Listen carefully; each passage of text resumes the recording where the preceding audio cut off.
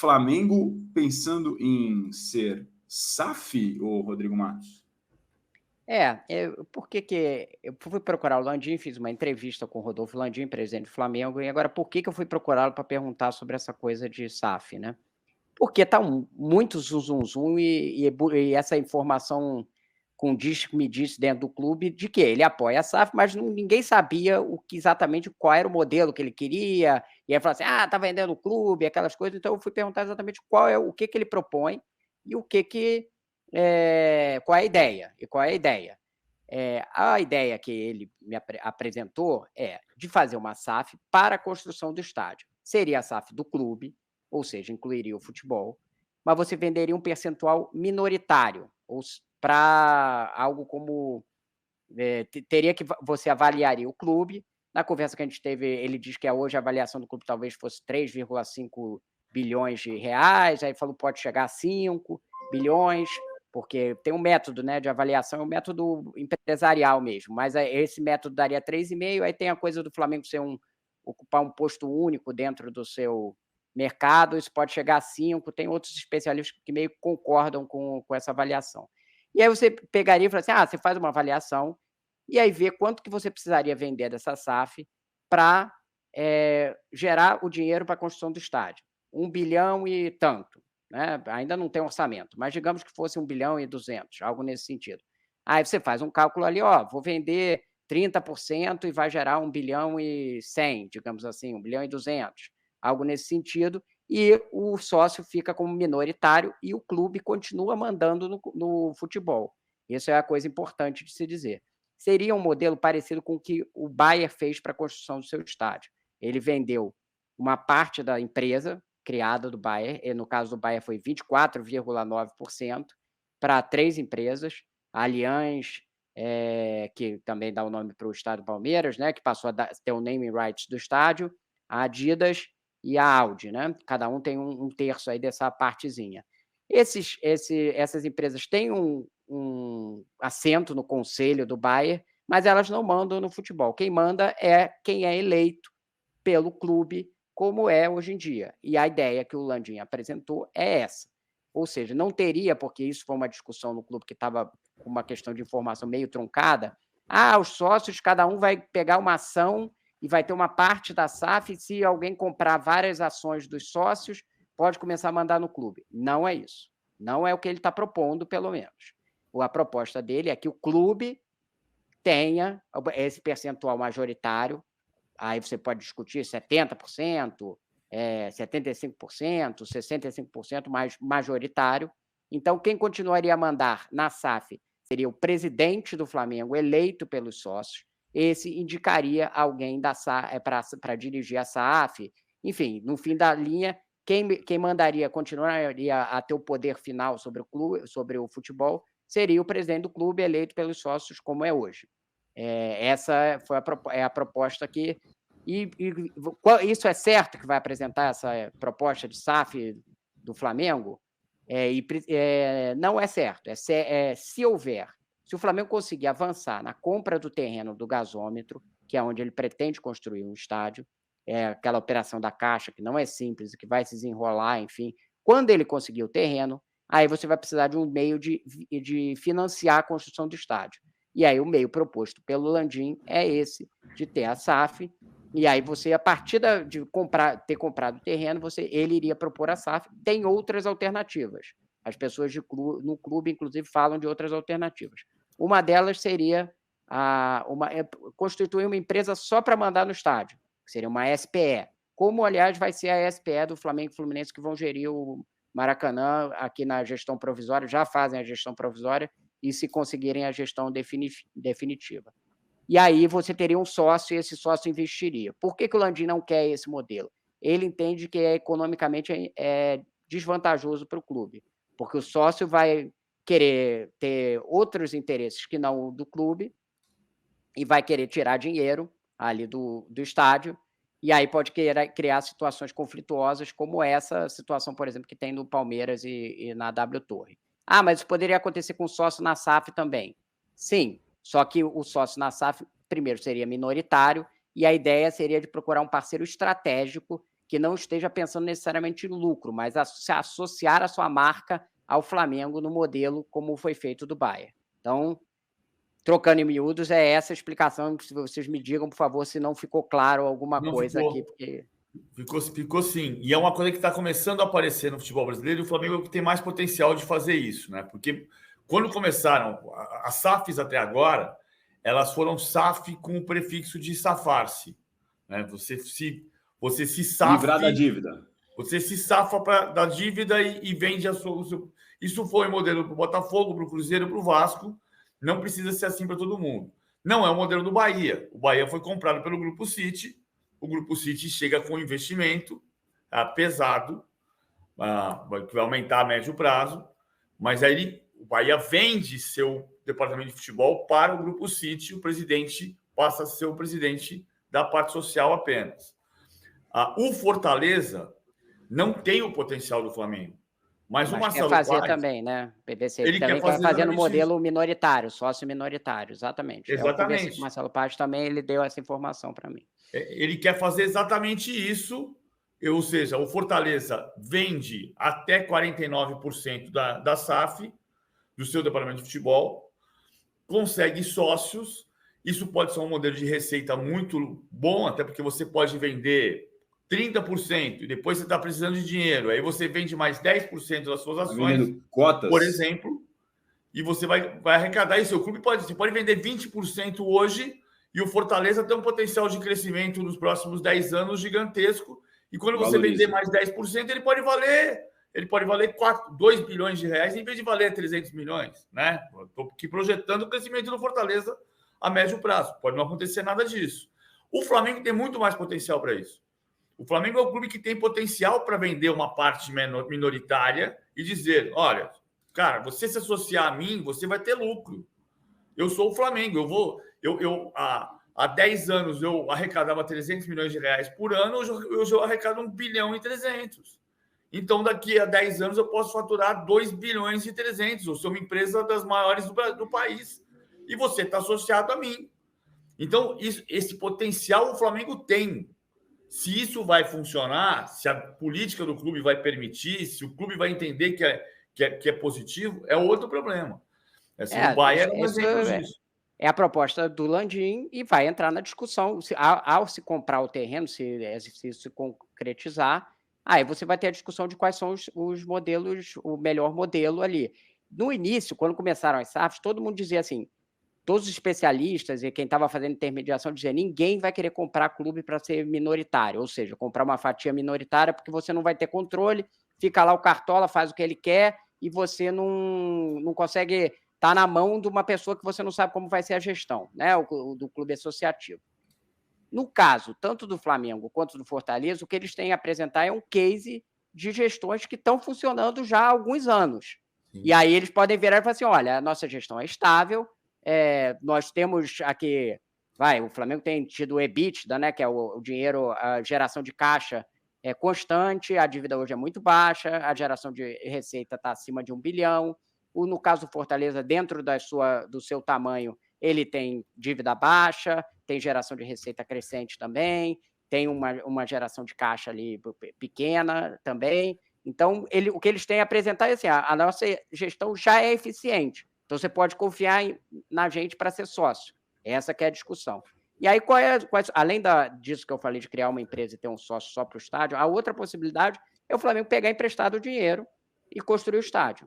Por que o Landim não quer fazer isso? Porque ele entende que é muito prejudicial para o clube botar 1,2, 3 bilhão na conta do passivo do clube. Ele hoje pega dinheiro emprestado muito barato, porque a conta dele está toda equilibrada, o banco olha e fala assim, eu posso emprestar para esse cara, ele consegue dinheiro fácil, e se ele tivesse essa dívida, tudo para quem tem dívida é mais pesado. É esse o entendimento dele financeiro, de que ter dívida é um problema para a sua gestão, você vai começar a tirar investimento do futebol, é isso que ele, na ideia dele, ele quer evitar. Conhecendo a política do Flamengo, e depois você pode até destacar mais pontos da entrevista, Rodrigo, você acha, conhecer o bastidor da política do Flamengo, você acha possível essa conversão de SAF nesses modelos distintos, seja ele qual for? Eu acho que tem muita resistência no clube à SAF. Muita resistência, não só da oposição, mas mesmo de grupos que apoiam o Landim. Se no avançar da discussão isso vai mudar, eu não sei. Eu sei que hoje eu ouço de muita gente, muita oposição, inclusive dentro do grupo do Landim. Gente que acha que não precisa, que prefere esses outros modelos que eu citei. Eu acho até que a discussão de construção do estádio é quase unanimidade, todo mundo entende que deve fazer. Mas não acho que é majoritário a corrente que apoia a posição do Landim. Mas, assim, a gente só vai saber quando a proposta estiver na mesa e bem explicada. Inclusive, o objetivo dessa entrevista é esse, deixar a proposta justamente clara para você começar a trocar ideia e, quando chegar lá na frente, botar lá 3 alternativas e os conselheiros votam e decidem. Ou seja, o estádio é algo que todo mundo entende que é necessário, Isso. a SAF tem um pé atrás ali. Eu acho que hoje tem bastante resistência. Inclusive, eu tenho palpite de que na eleição do fim do ano que vem, acho que os candidatos provavelmente não devem colocar a SAF como uma plataforma deles, tanto na oposição quanto na situação. Mas a gente vai ter que ver como vai se desenrolar. A ideia que ele está colocando do Bayern não é de venda de controle, então pode ser que, de repente, isso, mais na frente, você convença o clube e tal, não sei o quê. Mas, hoje, eu acho que ainda o cenário é de mais rejeição do que de apoio. Agora, o estádio já teve mais rejeição também, né? Houve um momento em que se entendia que não precisa de estádio, o estádio é despesa. E, no fundo, o que está acontecendo no futebol mundial, até o Milan e a Inter tem na Itália uma discussão há muito tempo sobre a construção do estádio para a cidade de Milão, é que você consegue fazer mais dinheiro sendo o proprietário do estádio, porque você vai vender as suas propriedades, sejam os camarotes, sejam as placas, sejam os espaços para parceiros comerciais. Eu falo a vida inteira assim, o Allianz Parque é um fenômeno nesse aspecto. Porque eu passo na frente do Allianz Parque e falo como é que ele funcionava uma vez por semana, uma vez a cada 15 dias. Porque o Allianz Parque tem evento todos os dias. Ou quase praticamente todos os dias. Ou tem um espetáculo musical como amanhã, ou tem uma convenção, ou tem uma reunião de uma empresa que alugou um espaço. Então, tem evento praticamente todo dia. E isso paga a operação. Né? Paga para o Palmeiras, paga para a Real Arenas, que é a dona do direito de superfície. Se você consegue fazer isso, como o Allianz Arena consegue, o Museu do Real Madrid, o Barcelona nem é tanto exemplar nesse aspecto, é um estádio muito grande, mas você consegue ocupar espaços por mais dias e fazer disso gerar dinheiro. Eu acho que... E para a cidade do Rio também, né? Para ali a região do gasômetro. Sim, não, eu vou fazer umas ponderações. Primeiro, eu concordo contigo que o case do Allianz é o melhor do país em termos de gestão até modelo de negócio também, eu acho. Exatamente, isso aí não tem discussão a respeito disso. Agora, tem uma particularidade, ele é no centro da principal cidade mais rica do país. Ninguém tem a vantagem que tem o Allianz em termos de aproveitamento disso, né? Ele, inclusive, tem vantagens sobre o Morumbi e sobre a Neoquímica, pela localização dele, né? Eu acho que no caso do Flamengo, se saísse no gasômetro, ele também ia ter essa localização, não ia ser no centro de São Paulo, né, que é um centro financeiro, mas no centro da segunda maior cidade, e ele ia criar um polo turístico ali relacionado ao Flamengo, que é muito atrativo, porque para o turismo nacional e mesmo internacional, hoje nos jogos do Flamengo vai muito estrangeiro. É um fato. A gente estava saindo do jogo agora contra o Atlético Mineiro, e tinha um cara com um guia com a bandeirinha da Suécia, e tinha tipo uns 30 suecos atrás dele, saindo do estádio, assim, quando estava saindo. E é uma cena bem comum ali, quando você está saindo do estádio, você vê as pessoas, muito estrangeiro, e eu acho que se você tivesse um polo ali com museu e tal, e outras coisas, restaurante e tal, nesse ponto que é perto do porto, perto do antigo porto, né? E ali mais perto de outras coisas que tem ali na região, como o Museu do Amanhã, enfim, tem não chega a ser do lado, mas tipo tem uma região ali razoavelmente perto, é do lado da rodoviária, tem acesso por todo, praticamente todo, é um ponto nevrálgico ali do Rio de Janeiro, né? Tem o acesso para o estado inteiro por ali. Então eu acho que ia ser sim, e você ia conseguir ter um efeito, não sei se igual ao do Allianz, mas algo parecido, com outra lógica ali. E é uma região do Rio de Janeiro, para a cidade, para o desenvolvimento da cidade, tanto a reforma de São Januário, que está em São Cristóvão, onde morou a família imperial, quanto no gasômetro, o Rio pode crescer naquela direção e não apenas em direção à Barra. Concordo. Você pode criar um polo comercial, um polo de restaurantes, não vai ser Copacabana, o carisma de Copacabana, Ipanema e Leblon, mas vai ser um outro polo comercial. A cidade precisa crescer nessa direção para gerar riqueza, para ter gente morando bem, gente trabalhando em bons lugares. O Flamengo pode ajudar nesse desenvolvimento da cidade do Rio de Janeiro. Era essa a ideia, né, PVC, quando foi feito o projeto olímpico, era que essa área fosse desenvolvida, e não deu certo, não está funcionando até agora, né? Teve algumas iniciativas, tem prédios comerciais naquela área, mas a verdade é que a área ainda não deslanchou, tanto que a Caixa está com esse terreno empacado ali, né? A verdade é essa, com o fundo hoje em dia dando prejuízo, enfim, é um dinheiro ali que é uma área e um dinheiro que está parado. Se o Flamengo é a solução para isso, é uma discussão que eu acho que tem que ser feita. A gente vai ter já os palpites da rodada. O Cláudio Vasconcelos está querendo os palpites do PVC e do Rodrigo Matos. A gente vai fazer um palpitão geral aqui para a penúltima rodada. Só antes, queria saber de ti, Rodrigo, se tem mais algum ponto que você acha legal que é destacar dessa entrevista com o Landim que está no teu blog. Não, é basicamente isso. Nessa questão de SAF e estádio, né? E isso não minimiza o fato de que o Flamengo continua aí na concorrência do Maracanã. Está para ser entregue agora no dia 7. O Mauro até publicou uma matéria sobre os questionamentos aí do Tribunal de Contas do Estado. Isso é que está para destravar. E em destravando isso, vai ser apresentada a proposta do Flamengo e Fluminense para fazerem a gestão por meio de uma empresa do Maracanã. Tem previsão do Vasco e de uma empresa de Brasília também fazerem propostas, né? Vamos ver se vai destravar, de fato, porque o prazo era 7 de dezembro agora, a não ser que o TCE decida porque o TCE fez algumas recomendações para o governo do Estado, o governo do Estado está respondendo, e aí tem que ver se o TCE libera. Tem uma matéria até no blog do Mauro César, aqui no UOL, que explica bem esse imbróglio aí desse... E é uma coisa que o Flamengo está muito preocupado, porque ele precisa, dentro do Maracanã, essa coisa do estádio próprio é uma coisa mais para frente, e para poder fazer a gestão que ele entende ser a correta no Maracanã, ele precisaria da gestão definitiva. Esse é o entendimento do clube, pelo menos. Aqui o post do Mauro César Pereira no blog dele, a respeito dessa situação a qual o Rodrigo falava anteriormente. Você pode também ler com todos os detalhes o post do Mauro e também do Rodrigo na entrevista com o Landim. Tem duas coisas, por exemplo, do Maracanã que foram citadas para mim que poderiam ser feitas se a gestão fosse definitiva.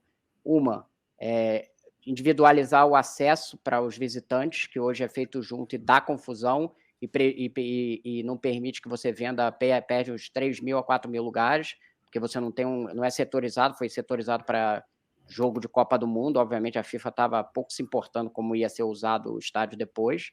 Então essa é uma questão, criar ali uma rampa, algo nesse sentido.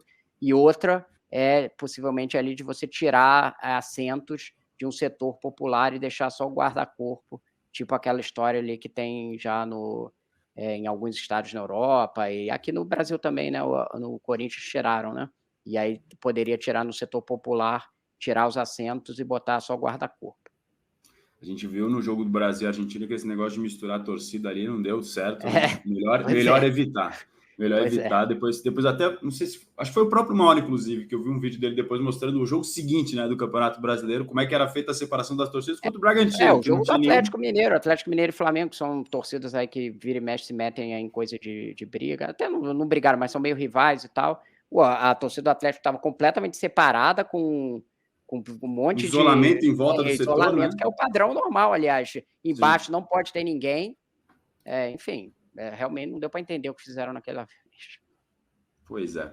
São os padrões Campeonato Brasileiro e jogos internacionais, nesse caso de seleções, e aí mudou, enfim, deu aquela tragédia que a gente acompanhou. Ainda sobre Flamengo, o Rodrigo, tem uma reportagem hoje aqui no All Sport, da Luísa Sai, do nosso Alexandre Araújo, sobre aquela reflexão, né? O Flamengo está chegando no final da temporada, foi um ano sem títulos, e buscando entender o que aconteceu para chegar numa temporada que tinha tantas possibilidades e não conseguiu conquistar. E o entendimento é de que, principalmente as trocas de treinadores, e o Arrascaeta deu uma declaração nesse sentido, né?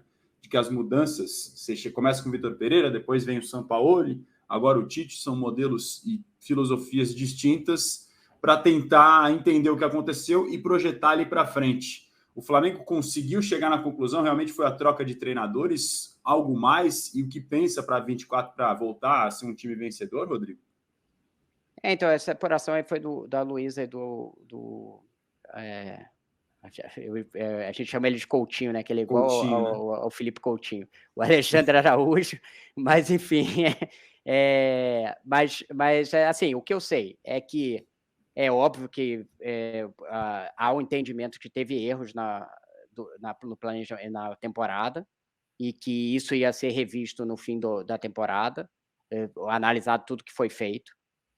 Que o ideal não é ficar trocando de técnico toda hora. Acho até que dizer isso é meio chover no molhado, digamos assim. Agora, eles têm uma vantagem, que eles vão planejar a próxima temporada já com um técnico. Eu acho que ela faz algumas temporadas que eles não conseguem fazer isso, porque você lembra que na passada o Vitor Pereira foi contratado no meio de dezembro e aí foi assumir no início de janeiro ali, pode ter dado uns pitacos, mas trabalhar de fato, ele começa a trabalhar no início de janeiro.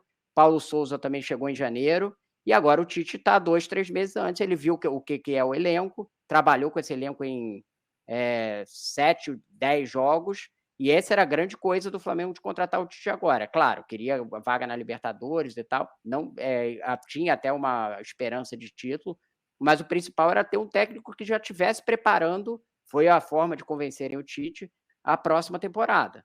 E aí, quando acabar o campeonato, vão sentar com o Tite e decidir. O Flamengo tem um dinheiro para contratar e também analisar o elenco atual, e aí o Tite vai dar os seus pitacos, e essa é uma vantagem que o time tem em relação às temporadas anteriores. Já tem um técnico no início de dezembro planejando a parte ali do que ele pretende para o ano que vem, né? Sem dúvida nenhuma, e isso, inclusive, foi o motivo pelo qual o clube tentou adiantar ao máximo nessa chegada do Tite para exatamente. adiantar isso. o Assim, planejamento. claro, porque tinha a coisa de conseguir vaga na Libertadores, que agora está praticamente garantida, né? Precisa ver se vai ser no G4 mesmo. E a outra eu acho que o Flamengo já garantiu, né? Pelo menos entre os 6 já está garantido, né? O que falta é o G4, né? Sim. Mas o G4 também é importante. E tinha uma esperança ali, vaga de título, que acabou se tornando um pouquinho real na rodada passada, e aí o Galo acabou com as esperanças nesse último jogo passado. Mas eu acho que a grande vantagem que eles veem é o planejamento para a temporada. O elenco tem lacunas, né? Como a gente sabe. Não é... A gente fala, às vezes, muito do elenco do Flamengo como uma coisa estrelada. Eu acho que ele tem lacunas, tem avaliações para fazer de determinados jogadores que não estão rendendo o que se espera deles, né? E aí você vai ter que decidir se renova, por quanto tempo, enfim. Os times da Libertadores estão definidos, foram definidos depois dessa última rodada agora, são esses que estão aqui. A dúvida agora é essa, se vai direto, se vai na fase anterior, mas Palmeiras, Botafogo, Galo, Flamengo, Grêmio e Red Bull Bragantino estão garantidos. Fluminense, claro, como campeão da Libertadores, o São Paulo como campeão da Copa do Brasil, o Atlético Paranaense não tem mais como alcançar os seus times. O Red Bull parece meio longe do G4, né? Provavelmente não vai ser ele, mas aí tem uma briga aí dos outros 5 para ficarem entre os 4 primeiros, né? Perfeito, são 4 times separados por 1 ponto, né? Botafogo, Galo e Flamengo, e o Grêmio ali na sequência. Jogo rapidíssimo, preciso do poder de concisão de vocês para a gente atender o Cláudio Vasconcelos e fazer um palpitão da próxima rodada. Vamos lá? Rapidíssimo? Conto com vocês, hein? Corinthians e Inter, PVC. Empate. Rodrigo. Empate para mim também, isso aí. Galo e São Paulo. Atlético. Galo. Gostei que são os Galo e Atlético, mas é tudo a mesma coisa, tá, gente? Flamengo e Cuiabá. Flamengo. Flamengo. Palmeiras e Fluminense. Palmeiras. Empate. Botafogo e Cruzeiro. Cruzeiro. Empate. Red Bull, Bragantino e Curitiba. Coritiba. Red Bull. Grêmio e Vasco, jogo que é desesperador para o Vasco. Empate. Grêmio. Atlético Paranaense e Santos, jogo que é desesperador para o Santos. Empate. Empate. Fortaleza e Goiás, o Goiás já rebaixado e Fortaleza com a vida resolvida. Fortaleza. Fortaleza. E América rebaixado e Bahia, Bahia desesperado. América. Empate. Esse jogo aqui a gente já falou anteriormente, o Corinthians e Internacional. Bom. Aí no nosso simulol aí, eu acho que eu tô botando o Vasco na zona de rebaixamento e o PVC tá tirando o Vasco da zona de rebaixamento. E para você dar título tá nesse final de semana, Bahia, né? Rodrigo? Se eu tiver errado aí na simulação. Não, eu deixo o Vasco fora da zona de rebaixamento. Isso, o Bahia pô, você fora e na minha mais... simulação provavelmente o Vasco fica dentro. Eu acho que deve ter essa diferença aí. E para o Rodrigo não dá título ainda do Palmeiras nesse final de semana, né? Não dá título, mas deixa eu ver aqui como é que ficaria. O Palmeiras continuaria precisando, dependendo só dele mesmo, né? Bastaria uma vitória no último jogo que ele seria campeão. Perfeito. Gostei. Palpitão rápido, ligeiro. Você faz o seu palpitão junto com a gente aqui no De Primeira. Rodrigo, obrigado pela participação com a gente, viu? Valeu, Razan. Valeu, PVC. Estamos sempre à disposição. Abração. Até mais. Grande abraço, boa tarde. Sextou para Rodrigo Matos neste início de dezembro.